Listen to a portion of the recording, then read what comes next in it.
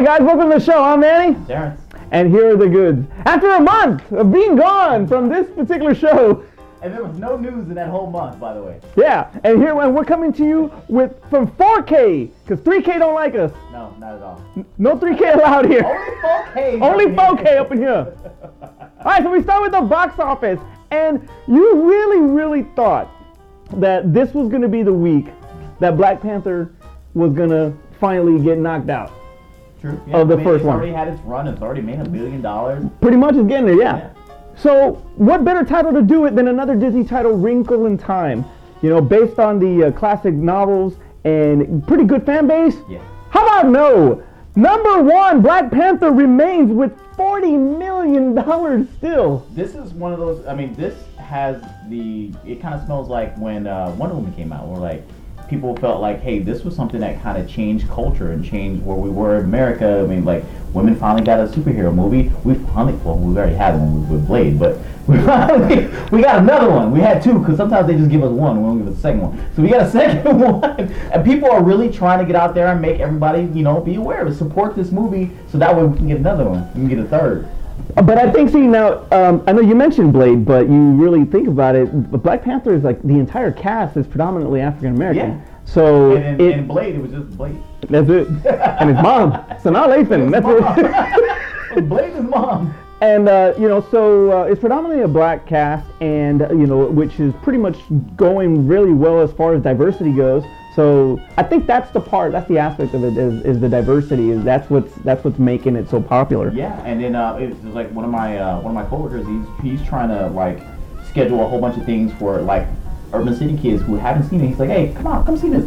Look at something that's good for our culture type deal. So I see why it's still continuing to make money. Number two, Wrinkle in Time, $33 million. Now this is pretty much, to me, already considered a flop. 33 million. That thing had a budget of 100 million, and it just did not do.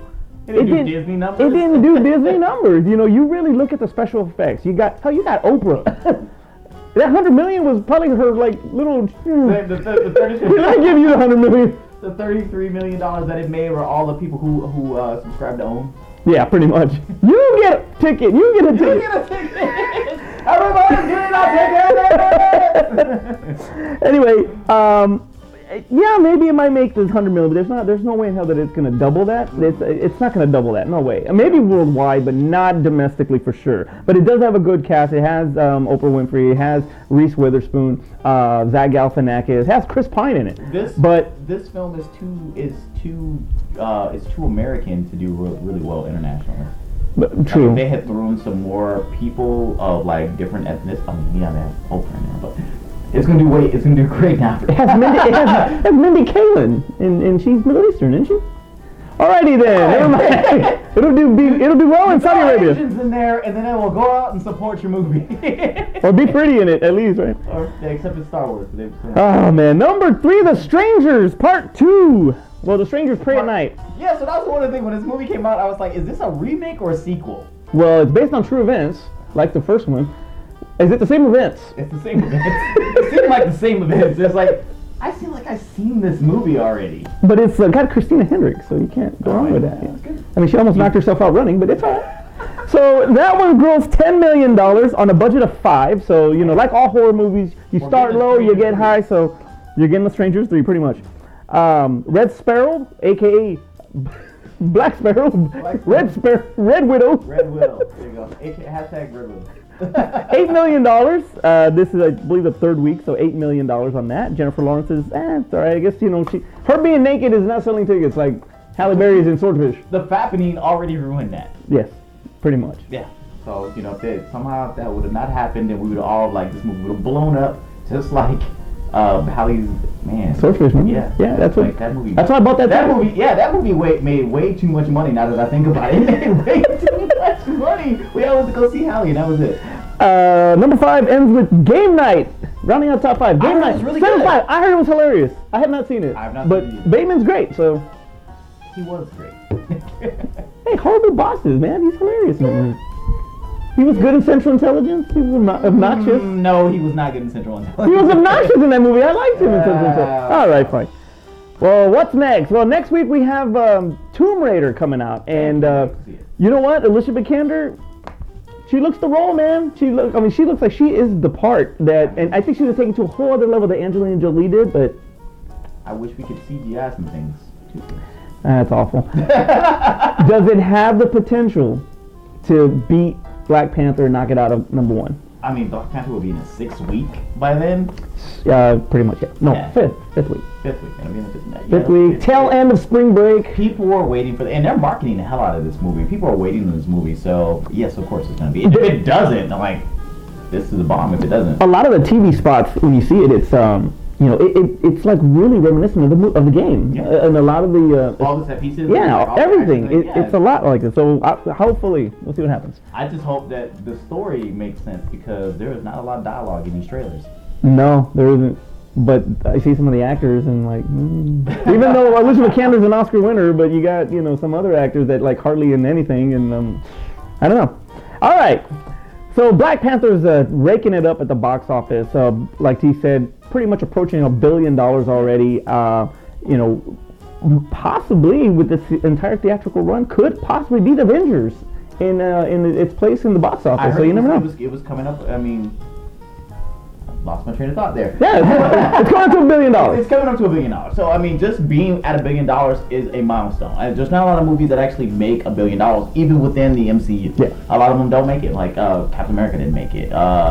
What is it? Doctor Strange didn't make it. Thor didn't make it. Thor didn't make it. Yeah, there's a lot of things. So just to be on that, say like, hey, I made $1 billion and you didn't. That's right. Mm-hmm. And he did it as an origin story, not a standalone. It wasn't a sequel. It wasn't Civil War either. Exactly. So he's made $1 billion twice because he was in Civil War too. Black Panther 2 is inevitable. That's going to happen no matter what. Black Panther 2, 3, 4, 5, yeah, 6. exactly. Ryan Coogler is tapped to come back as director. I really want him to Favreau the hell out of this because this is BET's Iron Man. So he's coming back for Black Panther 2, but not for Creed 2. He's producing Creed 2. He's in name only. All right. Anyway, so there's been a pretty interesting topic regarding Black Panther 2. Producer Will Packer. White guy. No, he's not actually. Oh. He is a producer that brought us. That's not a white guy name? No. Will Packer. Will Packer, producer that has brought us awesome hits like freaking Straight Outta Compton and recently Girls Trip. Really? Yes. He says that. Willie Packer.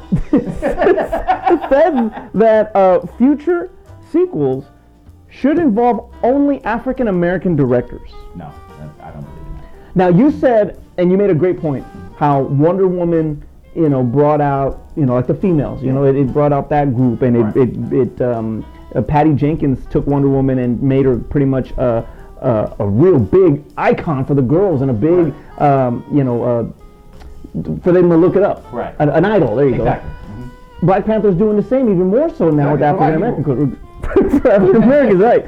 So even though that Killmonger was right. Come on. Oh, don't get me started with Michael B. Jordan, man. Come on. Killmonger was right. Now, what he says basically is Ryan Coogler, if he wants it, or if he doesn't want it, is the only way that you should not have him, not let him go. If he doesn't want to do it, let him go. If you don't want it, let him go. But if he doesn't do it, you've got to have his replacement has to be African American. That doesn't mean he's going to do a good job. Exactly right. Give other talented, like unrecognized black directors another chance. I'm all for that. I'm definitely all for that. But don't set the precedent that it has to be a black director that can only direct Black Panther. Because there are a lot of great directors who just don't happen to be black. Look at Guillermo del Toro. And it's like, he just won awards, he just won Oscars and stuff like that. He ain't black, but if you say, Guillermo del Toro, do you want to do a scary Black Panther? I'm all for it. Give me a James Cameron. His name is James Cameron, the bravest pioneer. No budget too steep, no sea too deep. Who's that? It's him, James Cameron. I just think the talent is all that matters. I don't think that it should be anything as far as ethnicity. I don't think that has anything to do with it, to be honest with you. I think as long as there's talent there, they have respect for the content, they can make it work. Yeah. Now, if the perception is that they can't capture the essence of African Americans and all that good stuff, then okay, I get it, but John Landis directed Coming to America, and that is, you know, probably Eddie Murphy's highest grossing movie of all time. It is the most quoted. Yeah, it is. It's one of his most memorable, one of the most quoted movies, even to this day, Mr. Randy Watson. Yeah. So, you know, sexual chocolate, there you go, that's what I was going to say. Sexual chocolate! But, you know, so it's not necessarily, it doesn't necessarily mean that, you know, that's the answer. I just think that it's just based on the talent and the understanding of the content. Would we say that every Wonder Woman sequel has to have a woman director? I don't think so. But again, you know, the man that takes over Wonder Woman, they would probably have to really let Gal Gadot. She has to have a lot of input in what's going on. Okay. That if I gotta have a male director for Wonder Woman movie, Gal Gadot has to be the centerpiece of the decisions as far as how to play it. So you almost kind of back this whole thing about the black director thing. No, I mean, like, at the end of the day, but at the end of the day, like he's gonna like. It's gonna be like, oh, we're just gonna make this all like sexist. No, I don't want to. I'm not saying that. White it up. Okay, okay, no. He's not black. They're just gonna just like, oh my God, let's watch this film. You know what's funny is that we're gonna put white people. We're gonna put like White Panther. We're gonna bring all the white people from Africa. We're gonna put in this film. They all live in Wakanda now. Wakanda's all mixed and interracial and. Well, they asked was it Martin Freeman, the guy that comes on Black Panther? Yeah. And they asked him about what's it like being the only white guy on that set, I guess. Mm-hmm. And he was like, well, I don't know. It's like asking a black guy in every movie. so true. Like that's a stupid question to ask. Very stupid question to ask. But anyway, kudos. We didn't need your part in there. But that's true.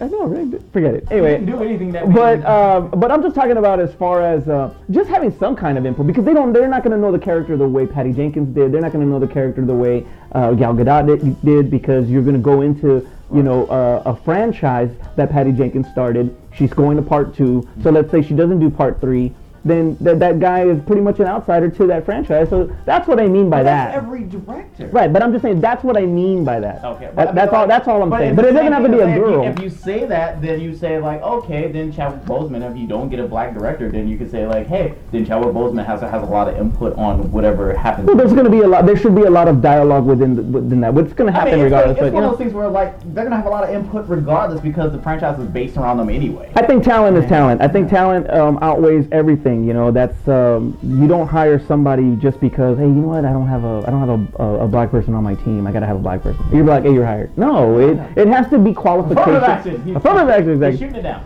I'm talking about talent, knowledge, and understanding, and even more so respect for the comic industry, for the comic world. Right. So that's what I mean by that. I ain't gonna turn down Steven Spielberg. I ain't turning down Steven Spielberg, I ain't turning down Guillermo del Toro, and I definitely ain't turning down James Cameron. His name is James Cameron, the bravest pioneer. No budget too steep, no sea too deep. Who's that? It's him, James Cameron. But no, like, for the very first Wonder Woman, I understand having a woman director. For the very first Black Panther, I understand having a black director. From there on, I really don't care. Exactly. And, you look and you mentioned Creed. I mean, Ryan Coogler, and we actually talked about this.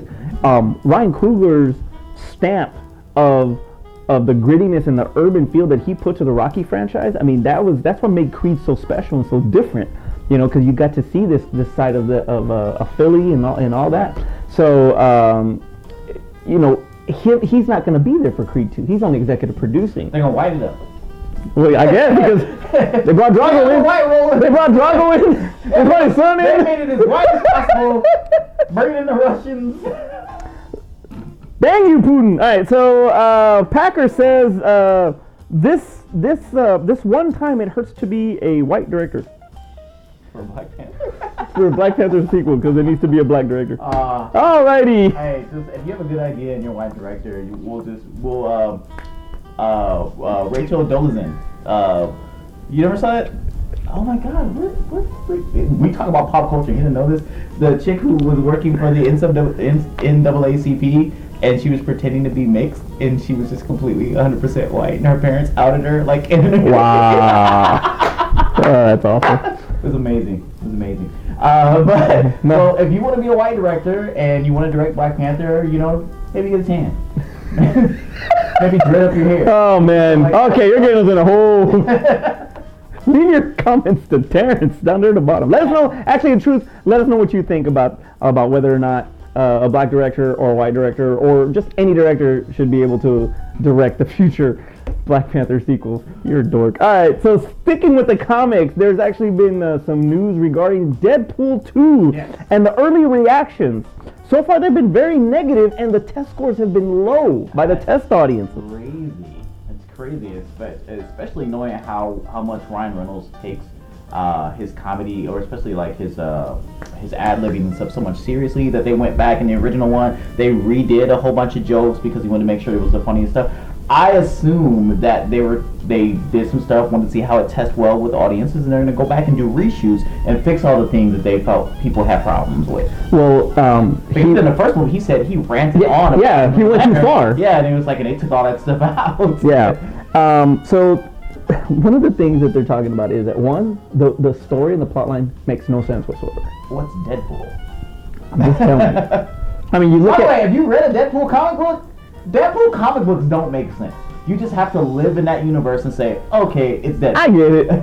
But you look at the first one, and you have your love story, and then you have your vengeance story. Right. Which, revenge and love and blah, blah. Yeah. Okay. So, you have that. So you know what it is. You know what the whole plot is. Deadpool 2, you do not. And here's the biggest thing, and I'm sorry if it's kind of like a spoiler, but they won't give in details, but it's very big to the whole movie, and that is that the twist at the end is similar to Iron Man and the Mandarin. Really? So there could be a character that is it's not Cable? There's a character. They're gonna do what I wanted. They're gonna give me Stephen Lang, like I've been asking for from the beginning. That it's not really gonna.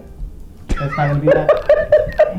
They haven't said. It's Stephen Lang. They have not said anything. All they said was that the anger that you felt as a fan for Ben Kingsley not really being the Mandarin. That sucked. And I'm not even a big look. I like Iron Man, and I know of the Mandarin, and I wasn't a big fan of that character. But they really sucked when they did that. Ben Kingsley looked like he was like perfect. They did such a good job to build him up as that character. Yes. When they did that, it disappointed everybody. So only characters we have to think about like Deadpool. Who's the major characters in here? It's like we have Cable. We don't even know who the villain is in this movie. You have Domino. Yeah, we have to. I mean, what are they gonna say? It's like she's not black. Ooh, that would hurt. She takes it off and it's straight blonde hair. That would hurt. She's Rachel Dolezal.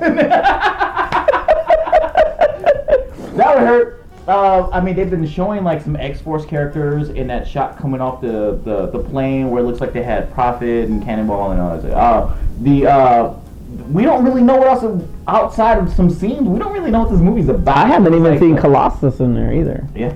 I know that she's in there. Yeah, that's all we know. With the haircut. So we thought that it was going to be, or it was rumored to be fake news. Fake news. But it turned out that because, like you said, they were doing the reshoots and all that. Well, it was confirmed by Josh Brolin that he is in fact doing reshoots. Now they're not saying whether or not the reshoots are caused because of the test scores, but everybody does reshoots. Yeah. Exactly. Justice League was worse, but anyway. Oh, that's it. Mustache. Josh Brolin grew a mustache in the other. Oh, they didn't take it out there. But like I was saying, it was like in the first one they reshot it because, like I said, he went too far with the Green Lantern stuff. A lot of jokes didn't land afterwards, and he wanted to have fresher jokes and stuff that was funnier. So I mean, they redid that stuff. So if that's what they're doing is to make this movie better, I'm all for it. I mean, look at they're reshooting New Mutants because now they're gonna make it PG-13. But they're reshooting that one and they pushed it back to make sure it was right. I don't agree with what they're doing, but I'm hoping that what we're doing is gonna be because of a better movie, not because due to test audience scores. But you've had some questionable decisions made on the reshoots, like you saw with the shift in tone in Suicide Squad. Right. Then you saw it again in freaking Justice League. Right.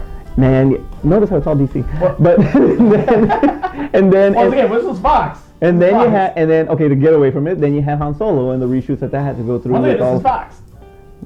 That's true. All right. Anyway, well, it used to be Fox, but anyway. So Wolverine. Deadpool. This particular production has had its troubles. Okay. First, director Tim Miller from the first one leaves. Right. Well, Okay. They didn't want to give him. They didn't want to give him the budget he wanted. Okay. That was a money thing. I don't think it was because he didn't like the script. It was a money thing, The second one was the stunt woman passed away. and that was unfortunate. That was very unfortunate, but you got that, and now you have this. Right. So right now, Deadpool. I mean, obviously, high expectations. You know, it was until but it was #1 rated R of all time. So now, it's got a lot of high expectations. Is this going to? You honestly believe that this movie is going to be a little too much over the top, where it's going to look like it's trying too hard to I replicate? would worry, especially since that's what because they gave Ryan Reynolds a lot of pull in this movie, and that's what he wanted to And do. that's he scary, wanted, yeah. He wanted to keep it close to what they had done in the first movie. He was like, I want to keep it small, which is why they didn't do the budget, because Ryan Reynolds said he didn't want a big budget. He didn't want a big budget movie. He wanted a smaller budget movie where they had a little bit more freedom again, and that they can be a little bit crazy and zany like they did in the first movie, as opposed to just making a big set piece action film, which is what Tim Miller wanted. So I'm a little worried that by giving him that type of control when Tim Miller did such a great job in the first one, that they might be making a mistake, but you really can't fault them because we need Ryan Reynolds more than we need Tim Miller type deal. So I worry if that's the case. I hope that whatever reshoots they're doing is going to fix whatever problems the test audience had. Look, I assume in every movie when they test it out, there's always some things that people don't like, and that they take that in granted. I mean, they take the criticism and say like, okay, we'll fix that. Hopefully. Now you talk about Tim Miller wanting to go bigger.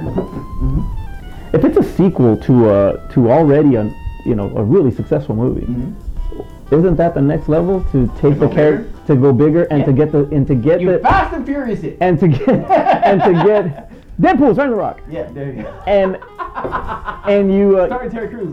Terry Crews, the Rock, yeah.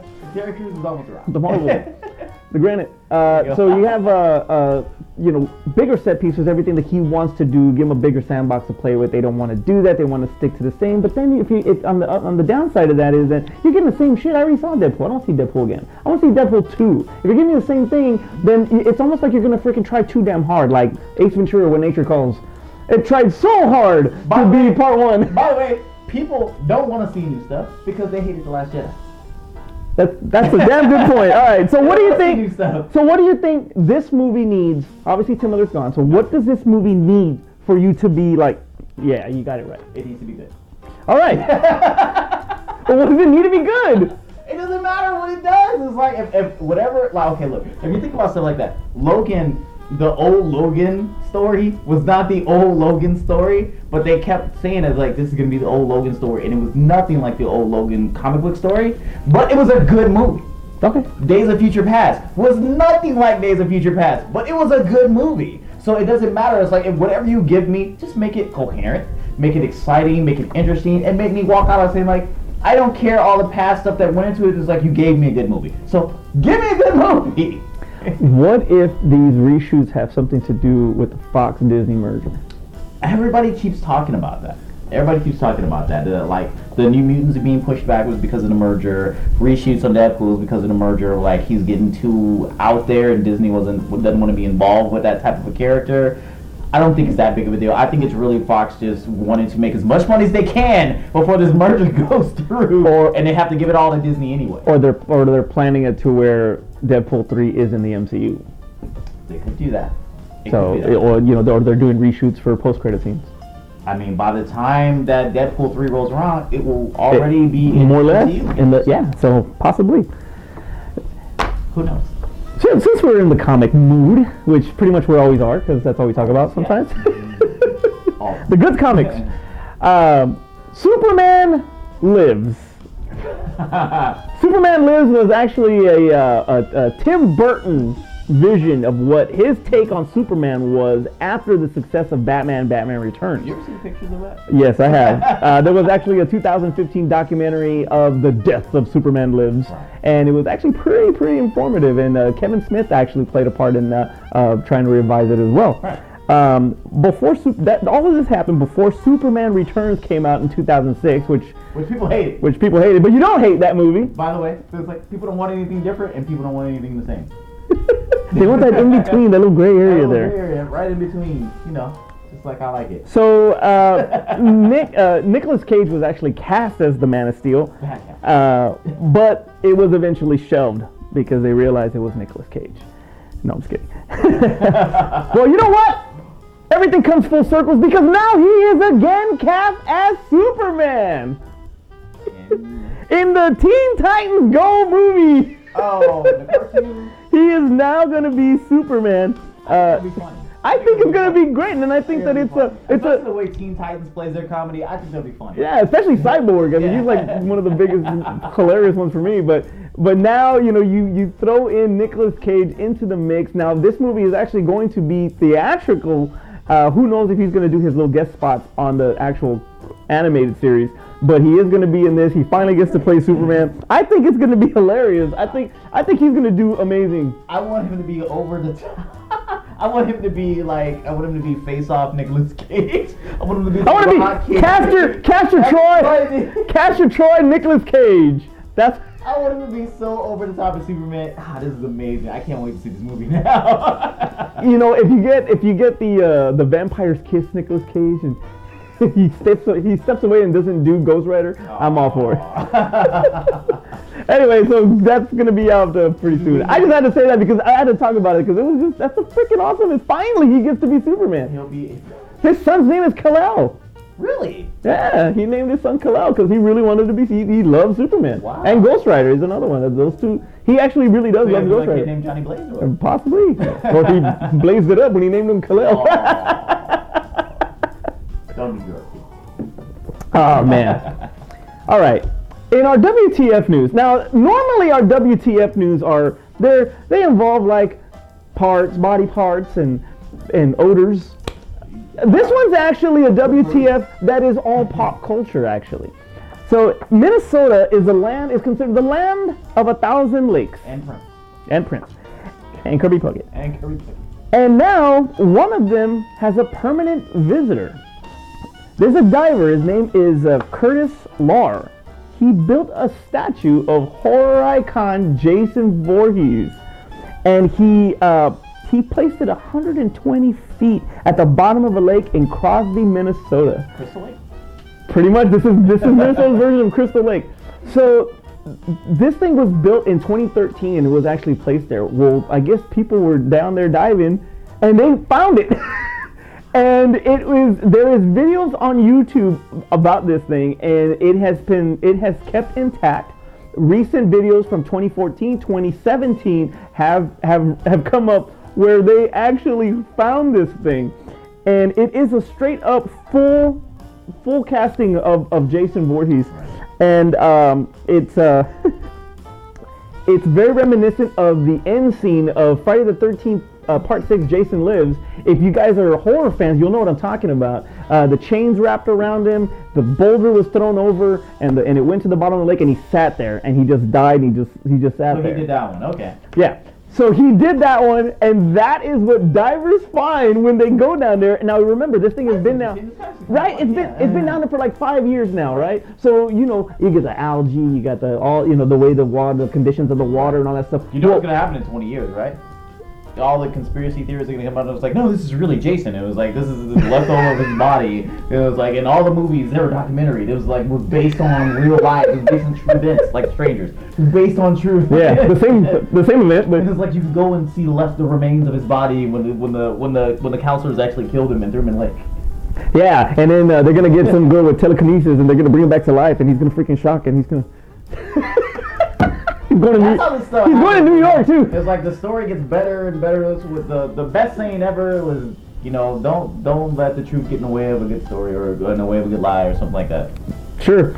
You look at Back to the Future gave you power laces. Right. They created those. I'm pretty sure hoverboards are coming soon.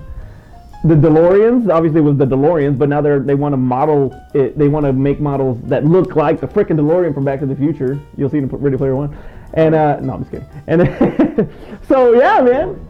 So now you got these little creations and but it's just so damn cool that somebody would actually do that. No, it's really cool. It's really cool that they did it and didn't tell anybody. Yeah. and like I said, and they let people naturally find it. Like I said, in 20 years, we're gonna be talking like if you guys are still watching this, like you're like, oh my God, we went back and we're looking at that news broadcast. Oh, the Goods news broadcast where they were talking about how you found it in the lake. It was like they're gonna talk about how like we found this again because people are gonna forget again, and they're gonna see it again, and they're gonna talk about, oh my God, Jason was a real character. Oh my God, he's a real person. Yeah. He's petrified. It's his fossil remains down in the bottom of the lake. And Triple K don't like. And Triple K. Terrence, take us home. Oh man, it's like. By the way, if you guys do enjoy WTF, comment below and hashtag Titty Talk. Because I want to bring that back. We're bringing that back to this show. We're not going to do Titty Talk. We're doing Titty Talk. Bring it back. Hashtag Titty Talk in the comments below. Hell, a majority of the WTFs are Titty Talk. Except today. Except today. I was disappointed. So, and if this is the first time you're actually catching us, make sure you comment, like if you enjoyed the video, but also make sure you subscribe. So make sure you go to the subscription link, click that, as well as click the notification bell, so that way you're aware of all the videos we do post, because we post a lot of things besides just WTF. For Aspen and Art, wherever the hell they're at, because they're never here. Hey, Bill. I'm Manny. That's Sorry, I'm Terrence. That was the goods. Okay, baby. Can't even do it. It's a hood. We only got enough for 3Ks. We can't afford that 4K. Well, I don't know, man. Wait. 3K, hey, 3K don't like us. 3Ks don't like us. So we can't say that. No 3Ks around No here. Only 3K. 4Ks. Only 4Ks.